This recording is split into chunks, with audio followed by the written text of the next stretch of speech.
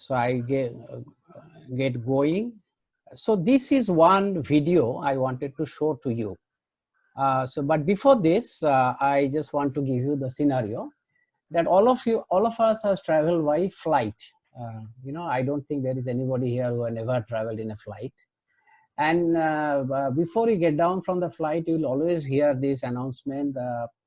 The air hostess will be making that, before getting down, please check that you are not leaving behind any of your personal belongings, right? Don't please check that you're not leaving your phone or spectacles or your books. But in spite of that, there are a lot of cases every year, and you will actually be surprised if you take the global number of aviation. There's a huge number, but even in individual flights, there will be one or two cases always happens that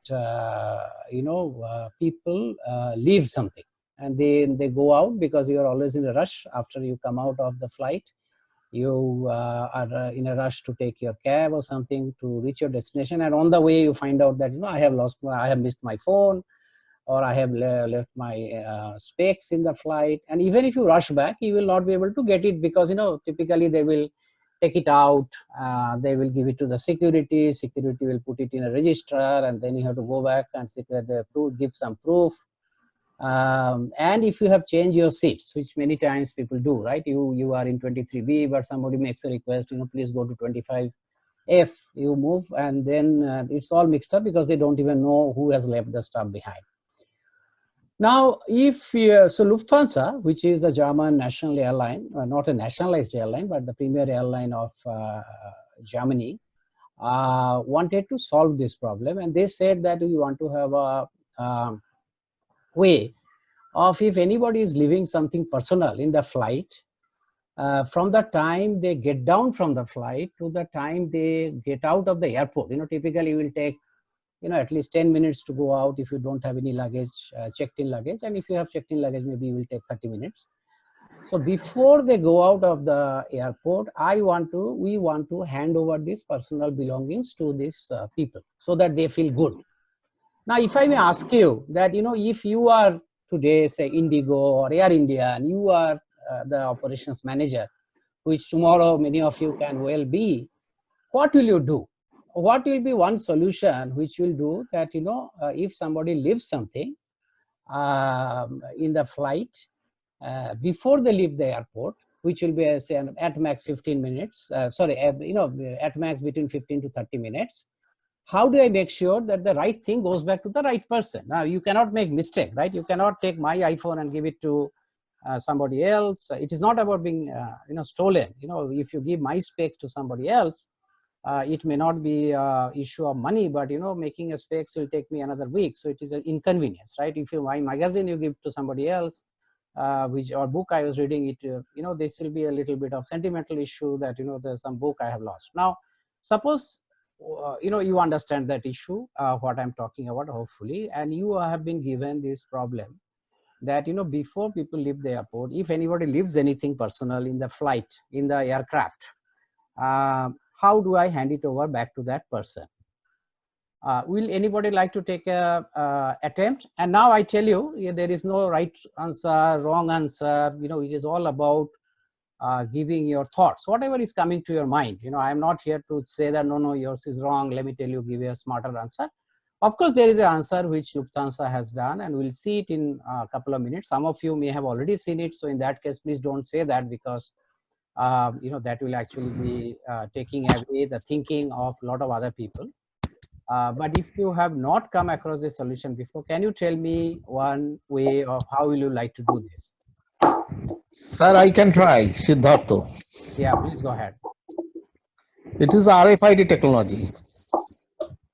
Okay, so you can go behind, you can go to mute. You are saying that we'll put RFID. So look at it this way. So everybody, when you get in, you tell that, if you have a spec, if you have a mobile phone, if you have a laptop, if you have a magazine, please give it to me. I will put a RFID tag into it.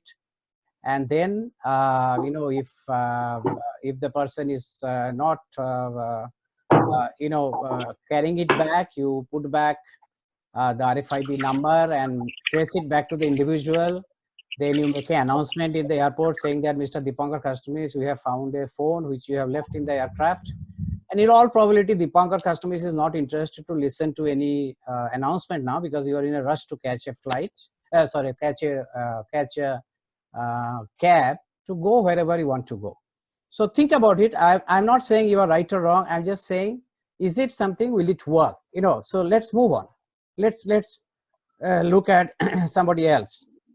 And here I'm, any solution which we have to do in our life, right?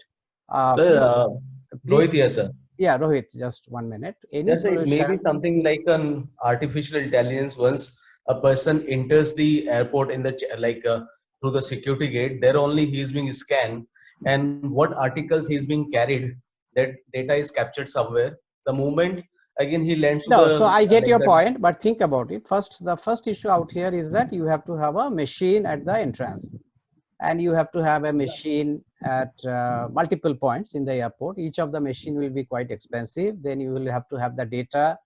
Now you have to obviously tag the item of the individual, whether it will be a visual X-ray, because by looking at the shape, many times you will not be able to understand whether it is a phone or whether it is an iPad. But anyway, it will be connected to the individual. There is a issue of privacy also. I may not like that, you scan me for the stuff I am carrying, because I might just say, I really don't care. I'm very careful. I'll not lose anything while I'm in flight. Why are you scanning me? Scanning also has a physical issue, right? Every scanning is exposure to some radiation.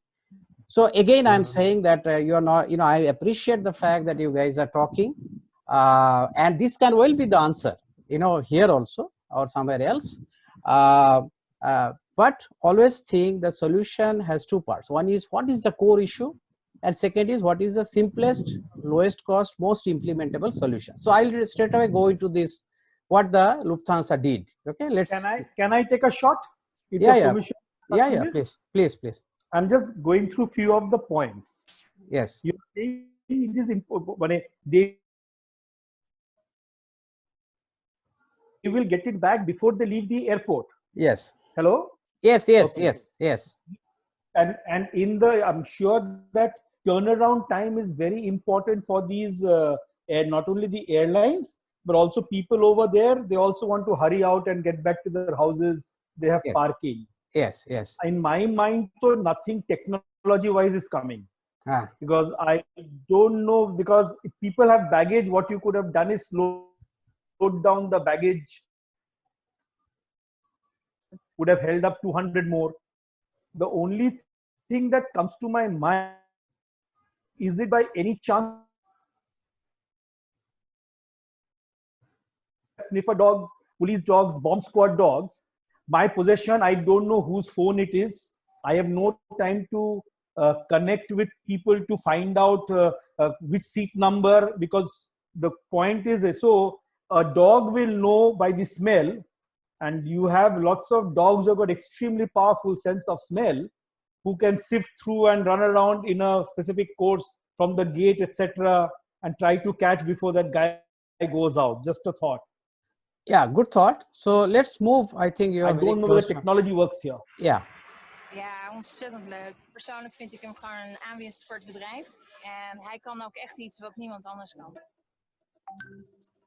Ons primaire doel is om gevonden voorwerpen zo snel mogelijk terug te brengen naar de eigenaar.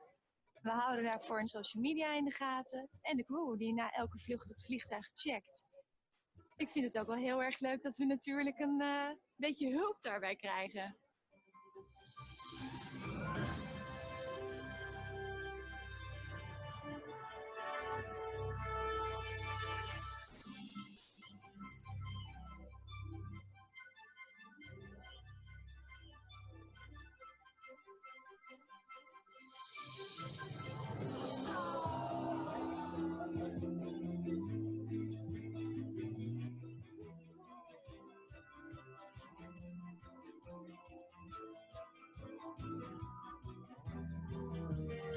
Trainen op spierkracht, uithoudingsvermogen en socialiseren. Zo. Ja, en als je die reacties ziet, dan is dat eigenlijk wel heel mooi.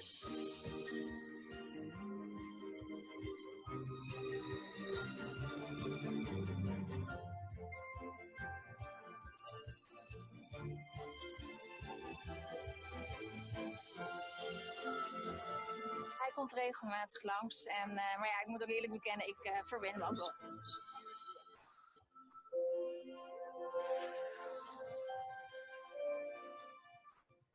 Mind your step.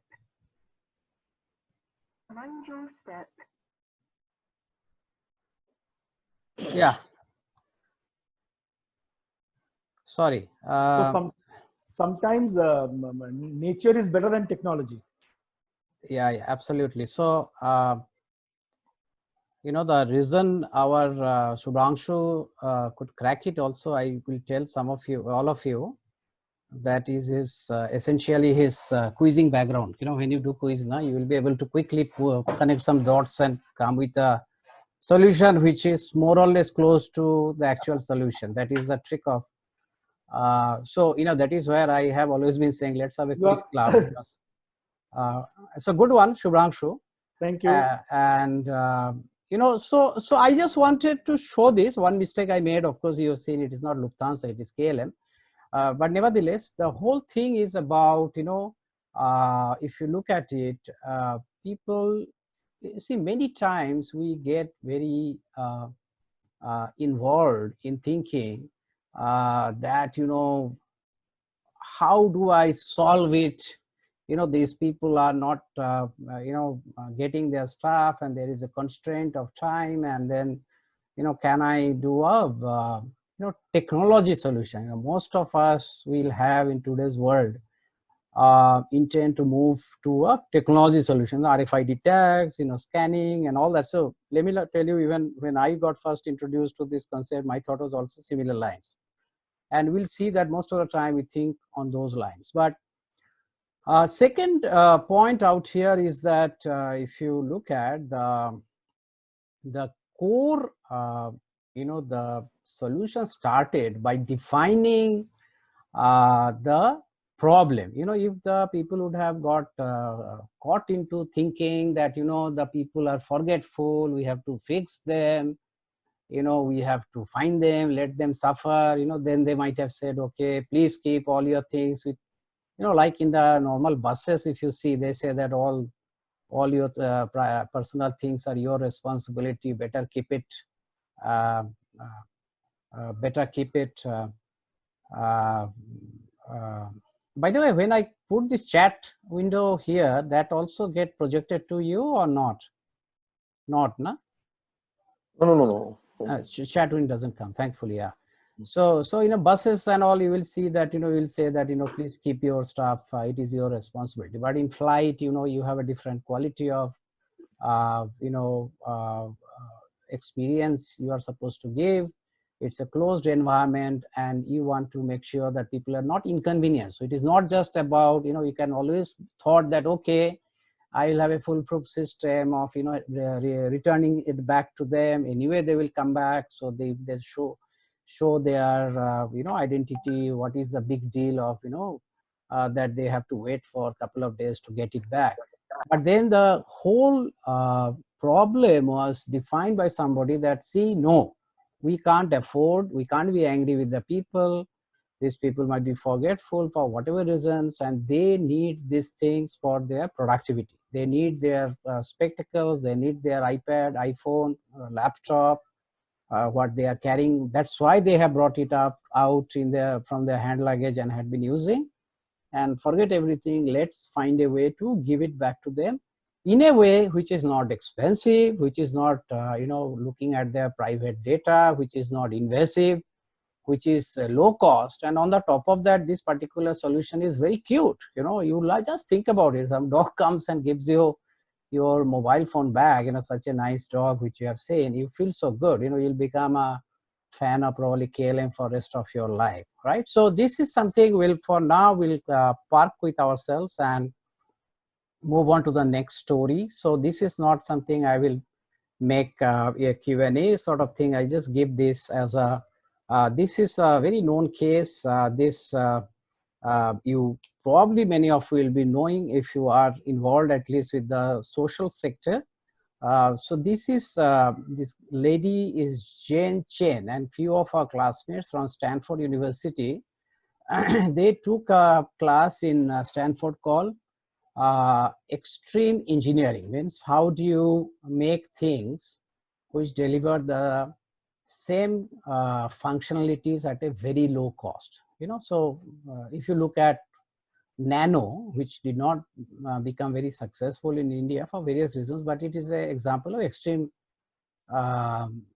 engineering, right? So it gives the purpose of transporting 4 people from point A to point B in reasonable time frame with reasonable cost in a very safe and very secure environment. So you are not, exposed to the traffic accident and all that. And of course, much better than two-wheelers, your protection.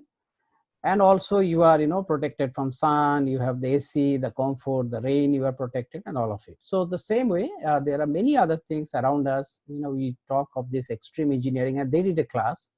And then they went to Nepal, okay? And then in Nepal is very high, like in India, which is called infant mortality rate, IMR. The kids are born and within 48 hours they die. Yeah? So they went to see what the case is. So they found that, immediately after the kids are born, there's a biological process where, they suddenly come from an environment which is the mother's womb to an outside environment where there is a huge difference in temperature. Within the mother's womb, the temperature is, 38, 40 degrees centigrade. Suddenly they come out in an environment where, temperature may be as low as 10 degree or, as high as 50 degree, depending on where they are. And there is a huge temperature change, and many kids suffer from this, issues like thrombosis and all, and they die. So if you look at the cities, people like us, we are all born in hospital, and you will see that immediately after birth, the kid, this newborn is kept in this device. It is called incubator, where there is artificially the temperature is maintained very similar to mother's womb, and then slowly it is brought up to the environmental temperature so that the kid survives. So they felt that, Nepal, so many people are dying like this. So obviously the hospitals have not enough incubators. So they went to see the hospitals, public hospitals, and they found that the hospitals are having a lot of incubators, but there are not enough expecting mothers there. They are lying idle. So they were very surprised, right? So then they asked around the people, and this situation will be very similar in India also. And the people said that, you don't come to the hospital for many reasons. First of all, when you are expecting, almost very close to expecting, you don't want to travel, that long distance, 40, 50 kilometer at times, because the roads are bad or vehicle is not available. If you are poor, I'm talking about mostly poor people. Second is, even if you go to the hospital, you have to fill up a form. There may be some people who may be taking some bribe. Even if the mother is admitted to the hospital, where will the husband be staying, or the family members have no money and no place to stay? And then, at max 1 or 2 people will come to the hospital along with the expecting mother. But if you stay at home, the whole family will be there, the grandparents will be there, parents will be there. You have this, the dadi, right? The lady who gives birth, the dai, which you call in India. She is seeing, the mother, expecting mothers for last so many months. They know what exactly is going on in her body. She will not be there. So people prefer to have childbirth at home. Now the question is, how do we solve the problem? So when you take this case, you will come with that, I will make a low cost incubator. So, that incubator will probably be costing, say, 3 lakhs. And I will make a 30,000 incubator. Fair enough, you can make a 30,000 incubator, but how many will you make? Where will you keep it? Because you cannot have incubator stationed in every village. India has 500,000 villages, 700,000 villages. You cannot go on keeping incubator in each village one, or thinking that, there will be somebody coming. And then the investment becomes very large, because 30,000 into 700,000 is again a big number, a big amount. Then there will be some issue about maintaining the things. Sometimes they will fail. The incubators operate on electricity. Many places, today maybe not be the case, but many places Still, many so-called electrified villages still, 90% of the houses don't have electricity. Then even if you have electricity, quality of electricity is very poor, right? So the solution is probably not making a cheaper incubator. Solution is looking for something which is totally different, right? So they, instead of looking at the current solution, which is incubator, and thinking that how do I make an incubator which is cheaper and which can run on solar energy so that no electricity is required, and which is very robust so that there is no spare part required, and which is mobile, can go from village to village, and I will connect it on my GPS network so that wherever there is expected mother, the nearest incubator will move there quickly. This Jane Chen and her team, they said that why don't you look at what is the issue? The issue is that we have to, after the child is born, we have to have a safe environment for the child to have a temperature which will be close to the mother's womb's temperature for 48 hours, right? And while the child is in that environment, can we have a look at how the child is doing? Can I look at how the child's face is, or the child is feeling suffocated or happy or sleeping or whatever? Can I also have a look at the body to see whether chest is moving and all, because obviously you like the child to be respiration all. Somebody is on, not on mute. Can you mute yourself, please? Some sort of sound is coming. Yeah, Arnabi, can you? You are muted. Shekhar, can you mute yourself? Yeah. Okay. So they went and designed this, the vest, the incubation vest, which cost only 1,000 rupees. So the first of all, the cost came down from 3 lakhs to 1,000 rupees. Second is it is washable, right? It is visible. You can see the kid, how he or she is doing. You can actually, the way it is done is that whatever temperature you want, more or less, you heat up your water to that temperature, put this into that water for some time. It's like a hot water bag. It will pick up the temperature and stay like that for, I think, 8 hours or so. And then when the temperature falls, you take it out, wash it quickly, maybe for 10-15 minutes. You can just heat it back again and put the baby back, just take care of the baby in between. So if I look back, and which we saw previously, and now you look at the first thing which this team did, and they actually created one company now, very successful company. This is based out of Bangalore. They are global supplier of not just this vest but many other medical equipment. So they are continuing to come up with products which believes in extreme engineering. I just forgetting the name. I'll give it to you separately. It's there in the, you can check it on the web. Their interviews of Jane is also there, and the team and everything. Now you look at this is very unique. So instead of looking at that, my solution is how do I make a cheaper and portable incubator which doesn't need electricity and doesn't need maintenance. They said that let us first look at what do we want. Do we want a ventilator? No, we want a situation where a baby can be there safe at a particular temperature for 48 hours in a clean way in their own home. And if I can devise something which can give all of this and at the same time relatively easy to maintain, clean and cheap, then my problem is solved, right? So they essentially develop something which looks very different from incubator. Now I am not saying incubator is something which should go away, everybody should go for this, because incubator has other advantages. It can be disinfected very quickly. It can manage temperature differentials much more quickly. Maybe certain kids who have some sort of congenital problems may not quickly move, may not be in the waste situation anyway. They have to go to hospital and need much more higher level of surveillance. So for them incubator is definitely needed. But for the core purpose of saving lives, this innovation works. Now I will just take a pause here and I will just try to sum up what these people did. So first of all, they did is something which you call empathy.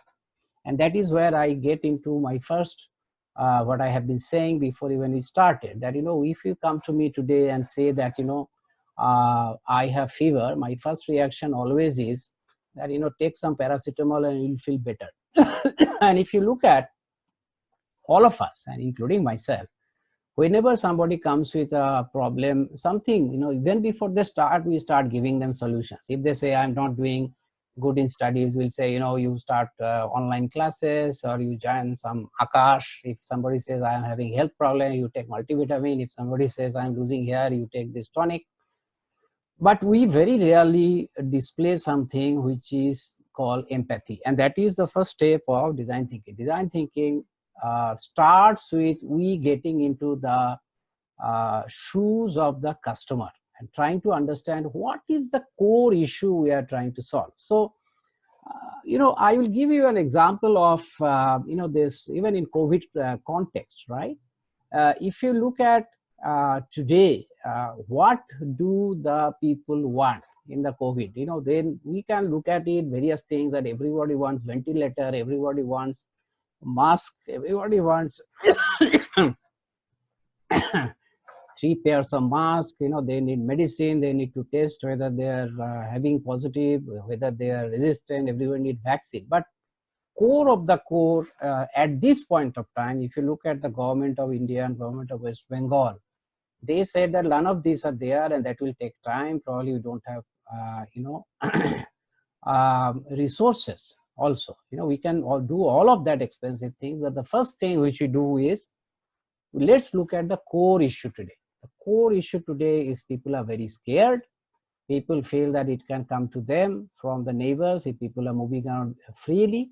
So can we have something called a lockdown, where nobody is allowed to go out, and even others who are not really serious are not allowed to go out, and keep my supply chain running so that everybody gets food at least. So people who can afford to buy can buy it online and it can be delivered.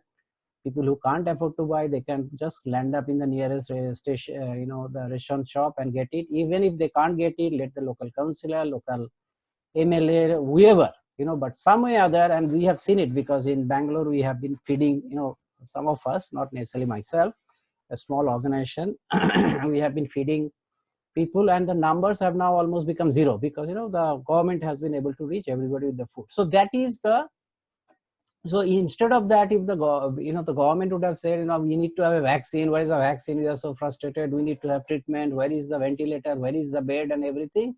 I think the whole system would have collapsed, right? So essentially look at what is the core necessity, and that is going to be the core necessity going forward also, because COVID is not going to go away. What we really need is a confidence that the environment is safe. Everybody is maintaining hygiene and nobody is violating deliberately. There may be some situation where accidentally things will happen, but overall the environment is there, which is giving me confidence. When we did, I am talking, for example, when we did this online, when the COVID started, the institute could have started thinking that, we cannot do online because we don't have software, we don't have hardware. RICE, for example, students may not even have the smartphones. So today, just before this, I was hearing this one session by the Pratham, the country CEO, was saying that they are teaching people. They teach some 30 crore people in the country in various schools, Pratham Foundation, and they are saying that our parents, the parents of our kids don't even have smartphones. So we are teaching them through SMS. And there is a great engagement. What we have started doing is, we are sending SMS to the father, SMS to the mother in the local language. And the engagement is better than probably what we had in the class. At least the whole family has got involved. Especially fathers have got involved. They were never involved before. So they have found out, or probably Adamas or Rice has found out, that issue is not so much about people have to come to class. Issue is that how do I maintain the discipline?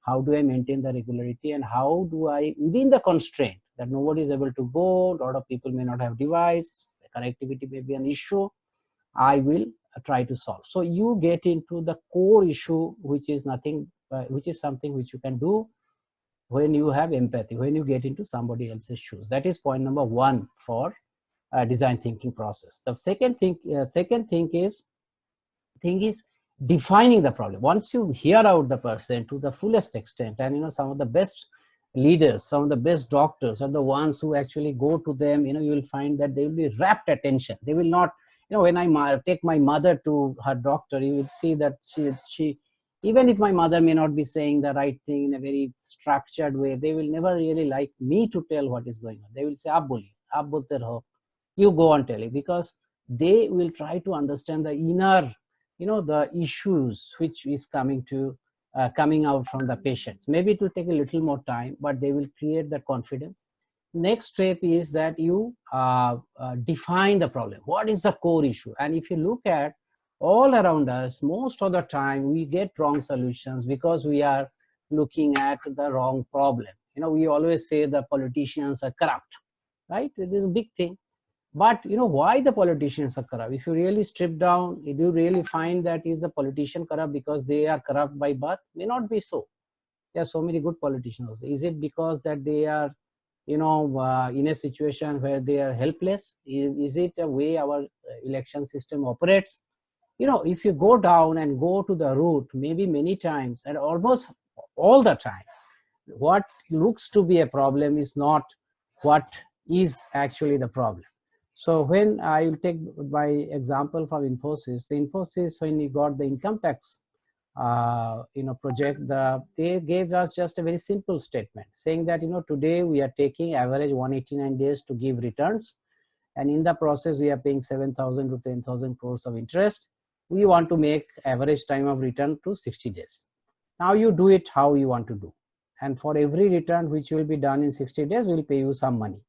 Right, so you set up the hardware, software, decide whether you will go for Oracle, decide SAP, HP, IBM, whatever. So the core problem, if you can define very well, most times we fail to define. Once you define the problem and there is a broad agreement what the problem is, so here the problem is that people. So what was the empathy? Understanding how the family is, how the family structure, what are the constraints. What is the core problem? Core problem is the people know there is facility in the hospital, but they want to have their babies at their home because of comfort, because of money, because of family members being there, because of tradition, whatever. Let's not, try to change their tradition and say that, give them lecture that you should not do this. Let's understand this is a problem they want to have and they want to have it safe. Then you ideate what can be done. Now, don't look at solutions only from the solution which is already there, because if they would have solved your problem, if the incubator would have solved the problem, by this time somebody would have anyway developed a smaller incubator which is portable, right? But you ideate that, if I have to solve that problem, what I need a clean environment, I need a temperature, I need something which can be clean, which can be brought to a certain temperature very quickly. I need something where the baby can be seen. I need something which doesn't need any dependence on electricity. It doesn't have any moving parts, so that you don't have to depend on somebody to come and repair it on and off. I need something which will stay for some time, which will not tear away very easily. I need something which will not create some allergy for the kids. I need something which people can very easily understand and trust. I need something where you can look at the baby, right? So they were started defining the ideate, how do I provide this. Then they created something what is called the prototype. They did something. They made the first thing would not have looked like this. In fact, the company name is here. I forgot. This is the name of the company is Embrace. The logo is here. So first thing they did is see, once they did it, they must have created some sort of. So that is a very important step in design thinking. That once you come up with idea, you try quickly make something which is something similar to, very close to what you are trying to solve. So, maybe you take a blanket, you cut it off in the room and you take it a shape. I'm sure Jane would have done, or team has done, take the blanket and put the kid and say that, see, it is warm. Do you think it works? She said, yes, it काम करता है, this working. But, the problem is there that it is too hot. Okay, they might have taken something else which is lesser hot. Then they said, okay, but it is very dirty, I can't wash it. If I wash it, it will take 2 days to dry. Then I need to have 2 pieces of this. or even if you put that it is, very itchy, blankets are typically very itchy for the kids. So then they, you quickly do these prototypes, and then you ultimately, and show it all the time to the customer, whoever you are working with, and say, does it work? Does it work? Does it work? And then ultimately you come up with a solution, which is probably the best solution. It's never for the given circumstances. So this is the 5 stages of design thinking, and this is what, you start with understanding the problem of the, understanding the deeper issues of the person you are interacting with. Sit with them, ask them questions, listen to them, don't break, don't tell, start giving them answers, don't start giving them solutions, encourage them to talk. Even if they talk nonsense, listen to it, give time, give energy, give your patience. Then once you get that, there are constructs to define the problem. For every problem, as I said, when you ultimately define and refine, you will find actually the problem is not something which is visible to you. For example, again, if I go back and say, traffic problem in Calcutta, what is the core problem? Somebody will say many buses, somebody will say many, many cars. Some will say Calcutta has only 4% road surfaces, roads, but developed cities are 30%. Some will say, too much of diesel vehicle. But if you really go down and down and down, maybe, I don't know, maybe you will find that the very fact, the core issue is indiscipline. The experiments have shown that if people stop honking, and it has been done, I think, even in Bangalore, that, if you stop honking, your traffic start moving by 30% more, higher speed, right? So maybe just better discipline and honking, and the, some very simple solution can actually, the indiscipline and equivalent measures to control, bring a sense of discipline, including social change campaign, deactivating everybody horn, maybe, which will solve in a large way the traffic problem of Kolkata, not necessarily banning buses or odd even, or, there are so many other things. More than 15 years, you can't have a vehicle and stuff like that. So, define the problem, then ideate. Ideation is, as I said, that no idea is bad idea, no idea should be junked, and there is no hierarchy. It is very, very, very different from what you normally see, that the big boss will come and say, this is it, that's it. And, people start running behind that solution. That is never a good way to do things, because if you have 2 people in the room and one person is telling what to do, other person is listening, you don't need 2 people in the room in the first place. The one person only could have done the things. Then you build prototypes. So if you say that this is the solution, say for, you are with a bunch of people who may be the traffic police officers in Kolkata, you build a prototype, and I will show you, what a prototypes look like. And then you show them and say that these are the core junctions here, the Park Circus, and that I'm not so familiar with Kolkata. These are 10 places. What we'll do is we'll put some meters which will find out who is honking, and the moment honking will happen, we'll find out who are the people who have done it. And we'll, Bombay, they have done something that if you are honking, your traffic light is, your red is there for 60 seconds. And normally people tend to start honking once it reaches 55, 5 second, 4 second, very close to, and they start honking. So what they have done is they have made a system that if anybody honks, at 60 seconds will become 120 seconds. It will continue to be red. And even again somebody honks, then it will become 180 seconds. Now these are the junctions that people have stopped honking altogether, because they know that if they honk, that everybody will be stuck, and people are coming out of car and surrounding the vehicle which is honked. Now it is a very, it's a design thinking solution. You have really found out the issue of why people are honking, because they are just indisciplined. And how do you find them? Very difficult to find out who has done it. Then that guy will say, no, I never honk. You punish everybody, then the people around that guy, instead of saving that particular driver, will come out and say, you have done it, and the janta will make sure that the person doesn't honk again. Okay. Then so you ideate. So this is a prototype you can quickly probably do and show it to them in some way, to the police guys who have come for that particular session. They might say, yeah, this will work, this may not work, this is as per the rule you can do it, as per the rule you can't do it. we don't have such devices, we have to buy these devices, are very, very expensive, so can you give an alternative? Or we already have such devices, we'll put it. How do you identify these 5 locations we are talking about? And then you test, and then probably you do test it in the real situation, and then necessary you come back and do another session with the learnings which we have done after 1 month, and refine the solution, ultimately you will come very close to a very, very good solution. Okay. So beyond this, what we'll do, so we have covered the concept. I will take this example. I am not reading out, giving you an example, as something. Let's see, this is another one where in South Korea, somebody designed a way how to find parking place. Parking place is a very big issue. Busy roads, you will find people are going around slowly trying to find a place. If the parking attendants are there, it's still okay. They will call you to, say, please come. If you don't have, then you try to find yourself. Somebody will, end up parking at times at places which are not supposed to be parked. At times you will have the people are trying to do reverse parking, then getting totally stuck and crowd is building up, or some 2 people are trying to get to the same place, there is a big fight. Now, how do you, show people from a distance that there is parking available, right? So they did one, one place which is pretty interesting. So I took this example, just go through this, just see it. If you have seen it, see it again.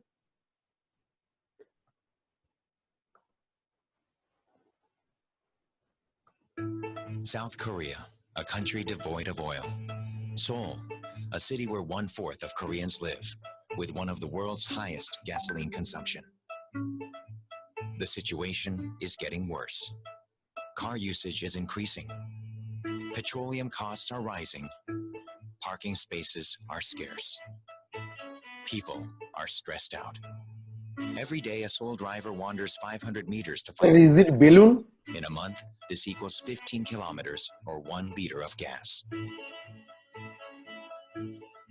S-Oil, one of the 4 oil companies in Korea, took action.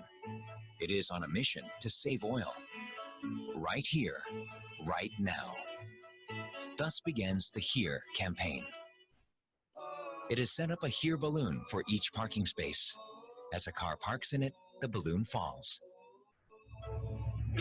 When the car exits, the balloon rises. Cars can spot these balloons from afar. They can spot open parking spaces without wandering. Finding quick parking means saving oil.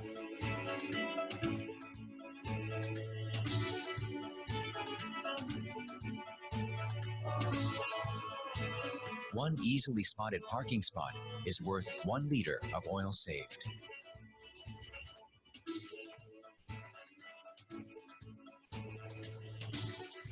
교육하실 때 엄마들은 한국 버거는 만큼 경제적인 게 없다고 딱 이름표가 있으니까 참 뭐 좋은 아이디어 같아요. 세상에서 항상 다니까 신기했어요. 계속 없었으면 못 들었거든요. 진짜. HERE balloons have saved drivers' gas expenses through a new and interesting method.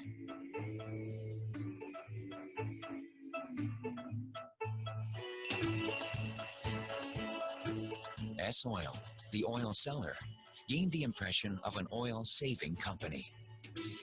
Save oil, save time, save money.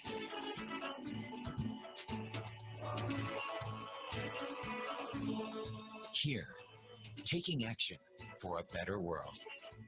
Save oil, save Earth. S-Oil. South Korea. Yeah.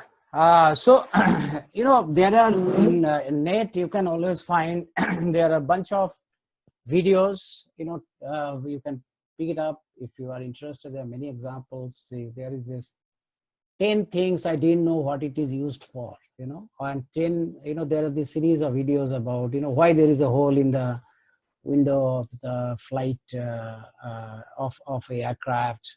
Or why you'll find a lot of peculiar things. If you take your laptop, you'll find that there is a little bit fat sort of stuff in between in the cable. And there are these things, how to use things innovatively. There's a bunch of 10 ways to use a particular thing, 10 different ways. So these are very, very interesting examples. If you are interested, I can send you some of the links also. Very good, sort of puzzle, if you can say. You can see the first 3-4 minutes and stop and try to think what you would have done and then see the solution. Again, you can obviously improve the solution. The whatever is there may not be the best of the best, but you can find a new way, a more efficient way, cheaper way, better way to do the thing. Somebody in between told that, balloon. Who was that? I don't know. Anyway, so coming back, so this is the last example. This is again, there's a very interesting story. This gentleman is Dowd Yates. He is the one who designed MRI. Now, I'm sure many of you have, maybe some of you, I will not say many of you, would have had situation where you or somebody close to you have undergone some MRI examination. And all of us have seen MRI, if not at least in Hollywood and Bollywood movies. MRI is, I have not gone inside myself, but I am told by people close to me that it's a very scary experience. It is a very closed area. There is some sort of sound which comes. You see only a blue screen and you have to be there for 15-20 minutes. It's very scary. So this Dowd Yates is from GE, who, obviously a very, very prominent individual who has done pioneering work, and he's, as usual, very, very proud of his work. So he goes to various hospitals I'm sure still he goes. He goes to various hospitals to see how the machines are working.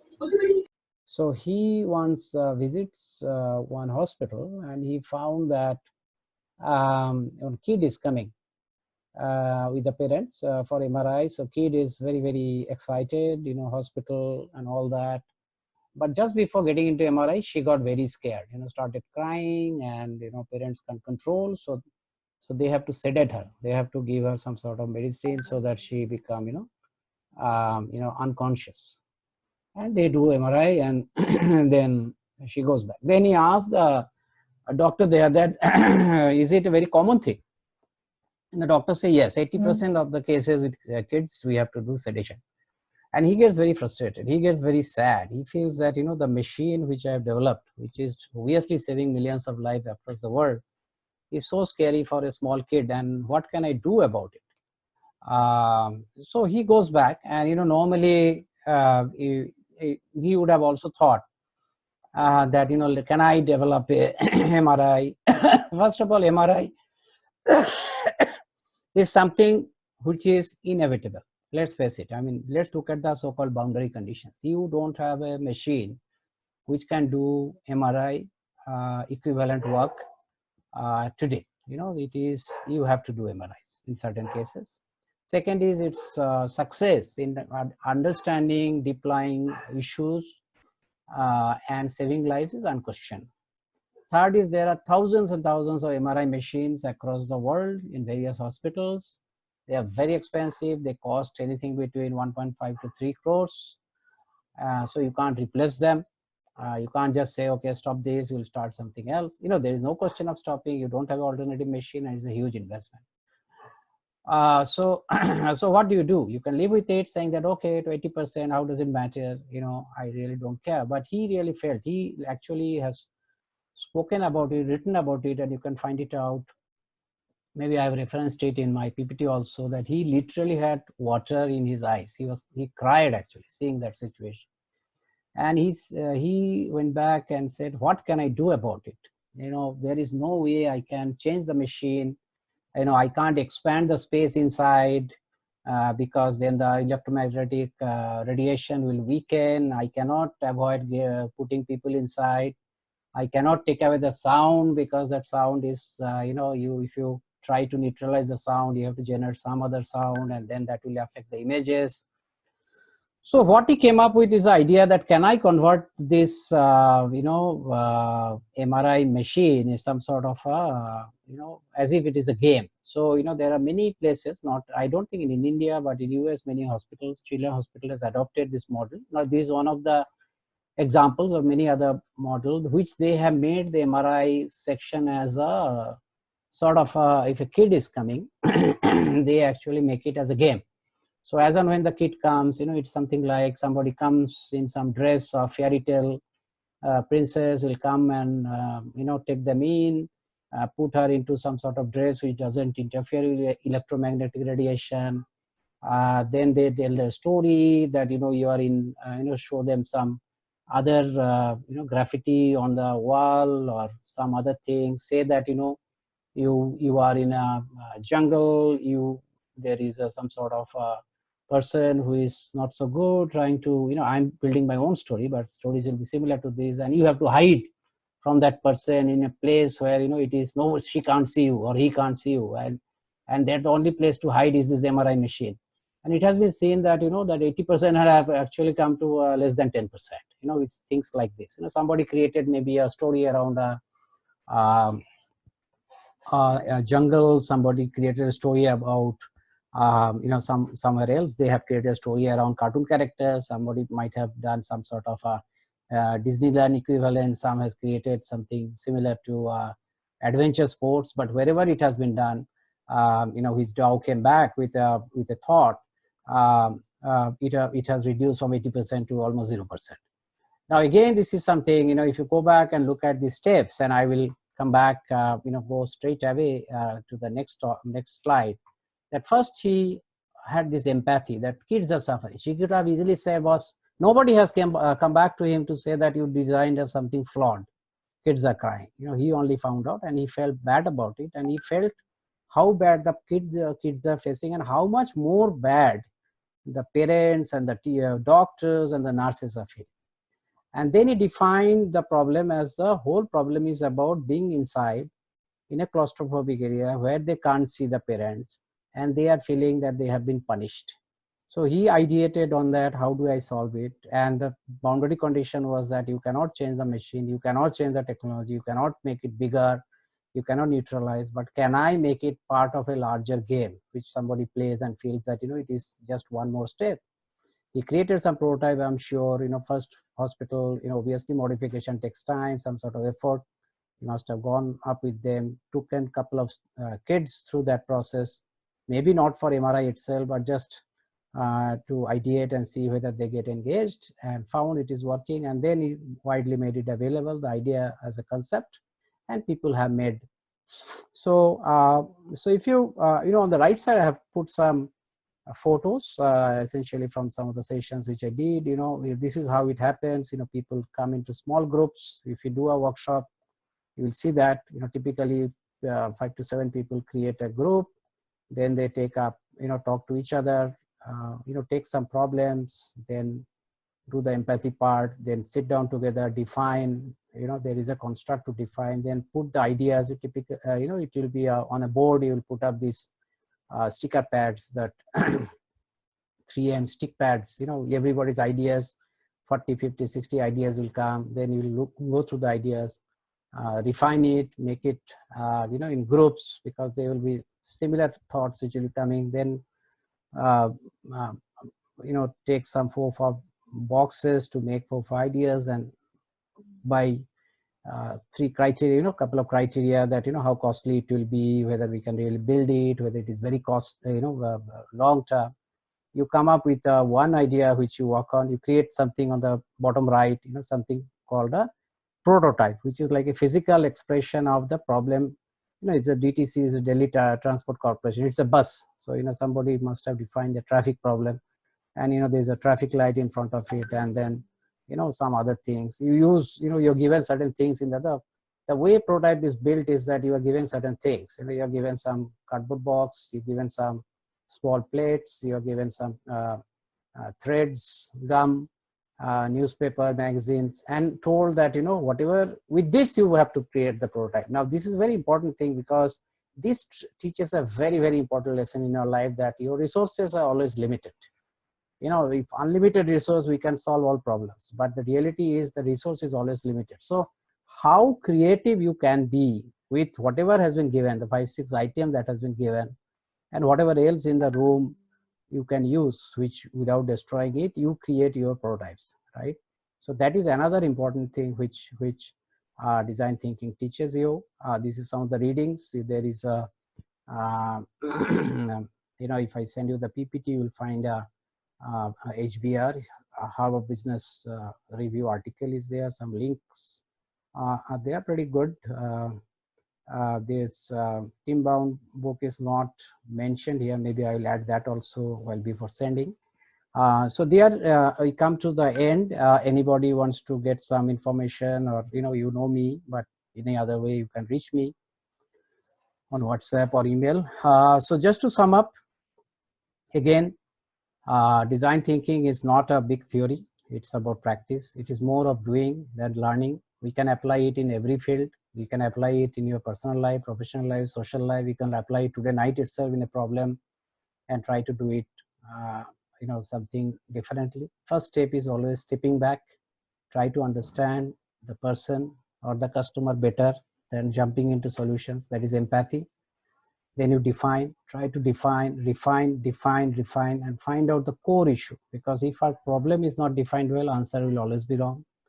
Then look at the ideas. Don't stop ideas to start with. Take ideas from anybody and everybody, whoever can contribute. You know, most of the time, the best ideas come from people whom we think are not having any ideas. And that is the biggest problem most organizations do, is that we actually keep you know, beyond the board, we feel everybody have no ideas, so we have idea only there at the top. Look at it, and then obviously bucket them, put them into some logical, you know, idea buckets. Look at feasibility. If somebody says that we have to go to moon to fix this problem, obviously you can't do it, or we have to go to Mars, or we have to go below 10 kilometers. But you know, except for the outlier ideas, prioritize them.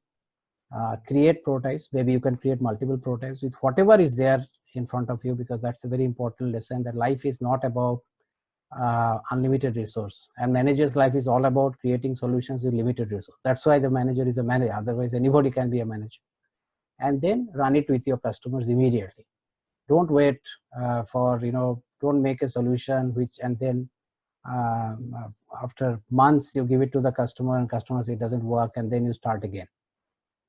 Many times government does that. You know, it makes it policy without thinking, and then people say nothing works, then they go back and make another policy. So government can use it, private sector can use it, all of us can use it. I'll stop here. Maybe we can take some questions.